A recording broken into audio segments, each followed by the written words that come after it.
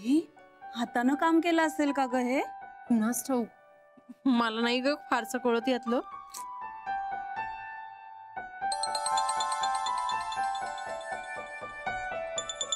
आईचा फोन आहे. सांग ना.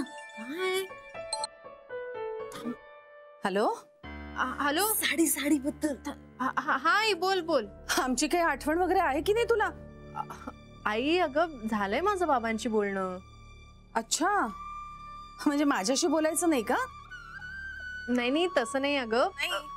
ऐन दिवाळीत सुद्धा इकडे फिरकली सुद्धा नाहीस तू. एकाच शहरात राहतो ना आपण. हो हो, खरंच सॉरी, नाही जमलं अगं. जमलं नाही की जमवलं नाही? आई नाही, तुझे मिस्टर म्हणाले असतील ना कशाला जायचंय आईकडे म्हणून. आई, वैभव असं काहीच म्हणत नाही. मला वाटतं तेव्हा येते ना मी तुम्हाला भेटायला. हो, पण अगदी भाऊबीजेला सुद्धा आली नाहीस ग तू इथे. अगं नेमकं यांचं काम होतं त्याही दिवशी आणि मग उशीरच झाला.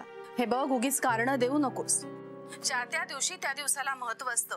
अगं एखाद दिवशी सुट्टी घ्यायला सांगायची किंवा लवकर यायला सांगायचंस ना. आणि नाही तर एकटी तरी यायचं होतंस.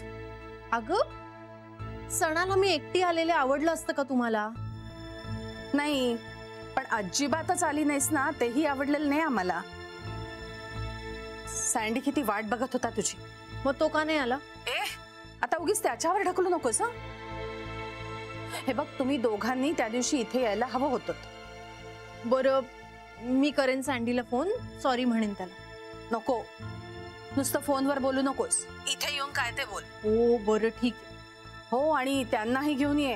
म्हणावं लावा कधीतरी पाय सासूरवाडीला. असं सांगू? हो, असंच सांग. मग काय, मी घाबरते की काय त्यांना? आई, तू आत्तापासून हे असं बोलणार असशील ना तर का सांगायचं मी त्यांना तिथे यायला? आणि तेच काय, मी तरी कशाला येऊ? मी म्हटलंय ना आम्ही येऊ म्हणून, तर आम्ही येऊ. बरं, तुमचं खरं करा.